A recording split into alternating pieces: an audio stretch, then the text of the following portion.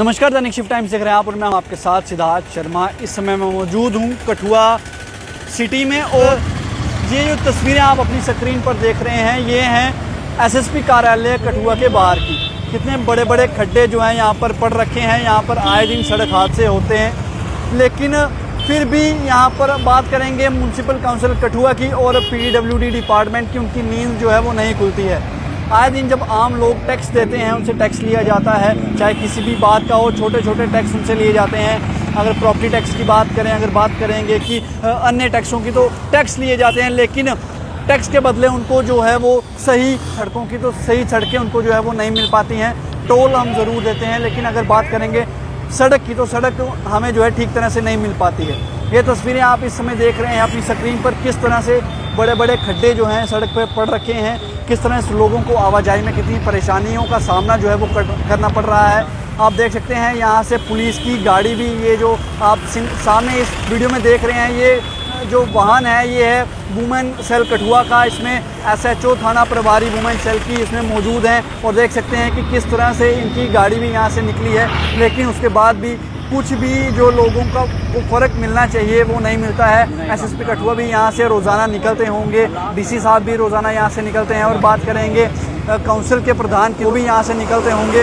उसके बाद भी सड़क का निर्माण कार्य जो है वो शुरू नहीं करवाया जाता है। पीडब्ल्यूडी डिपार्टमेंट इतनी गहरी नींद में सोया है कि नींद उनकी नहीं खुल पा रही है। कुंभकर्ण की नींद वो सो रखे हैं।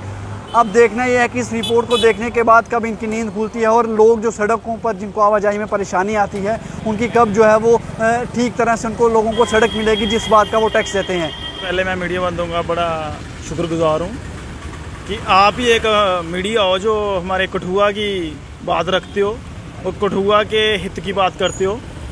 सबसे पहले आप देख रहे हो कि मैं अभी इधर से आ रहा था, आपने मुझे रोका कि बताओ किस तरह से कठुआ के हालात हैं। जो रोड के ले लो, गली के ले लो, नाली के ले लो, एजुकेशन के ले लो, सब सामने हमारा एसएसपी ऑफिस है। और ये हमारा आप रोड महकमा देख लो, जहाँ हमारी कठुआ की कौंसिल देख लो। बातें बड़ी बड़ी करते हैं ये, हम ये कर देंगे वो कर देंगे। अभी इलेक्शन आ रहा है, आप कठुआ में एक चक्कर लगा के देखना, इतनी बदतर हालत है। मुझे ये समझ नहीं आती कि ये बातें किस बात पे करते हैं। अगर इनको काम करने नहीं आता फिर लोगों से वोट मांगने कैसे जाते हैं ये कि हमें भाई वोट डालो, हम ये काम कर देंगे वो कर देंगे। आप कंडीशन देख रहे हो, अभी फिर से चुनाव आने वाले हैं काउंसिल के। कहते हैं काउंसिल के जो अधिकारी हैं, नगर परिषद हैं, वो वादे करते हैं कि हमने बहुत सा विकास जो है वो कठुआ में करा रखा है। किस तरह से देखते हैं विकास जो है आपको नज़र आता है?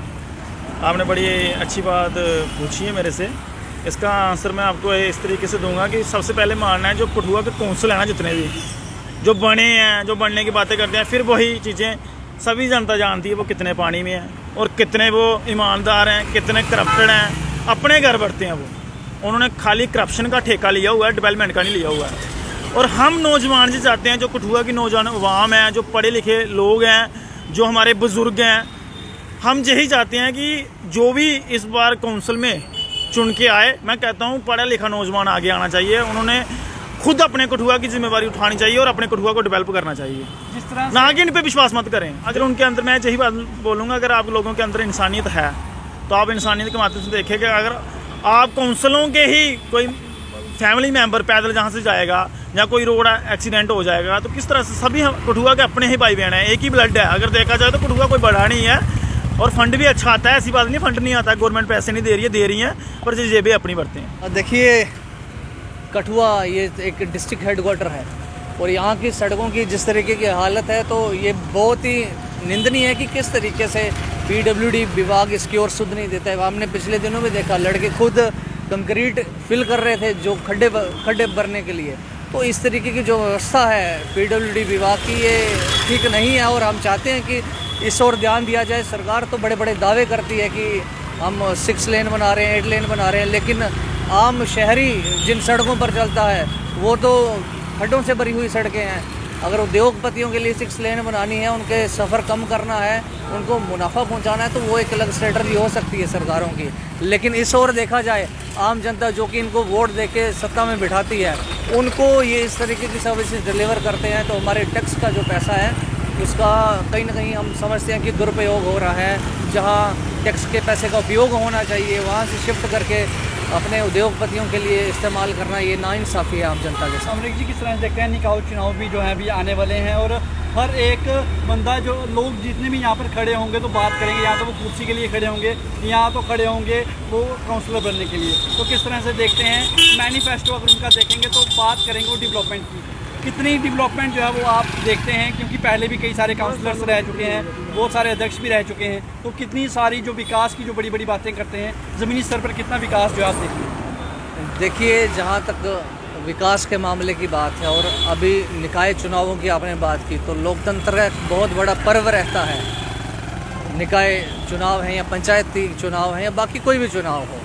लेकिन हम देखते हैं कि जिस तरीके से वादे किए जाते हैं, जनता का नेताओं से आज की डेट में विश्वास उठ चुका है और लोग समझते हैं कि जो वादे किए जाते हैं, नेता वहीं पुल बनाने की बात करते हैं जहाँ कोई नदी नहीं होती है।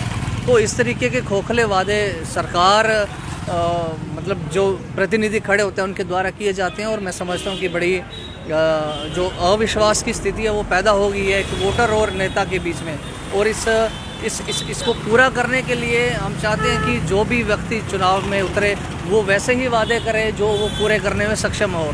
तो चुनाव जीत जाना एक अलग विषय है, चुनाव जीतने के बाद 5 साल लोगों की सेवा करना वो एक दायित्व उनका बनता है और इस दायित्व को उन्हें निभाना चाहिए। इस बार भी हम उम्मीद करेंगे कि जो भी निकाय चुनावों में जो भी हिस्सा लें वो वही वादे करें जिनको ज़मीनी स्तर पर उतार सकें। तो अदरवाइज़ मुझे लगता है जनता को ऐसे लोग जो पिछली बार परख चुके हैं उनको नकारना चाहिए।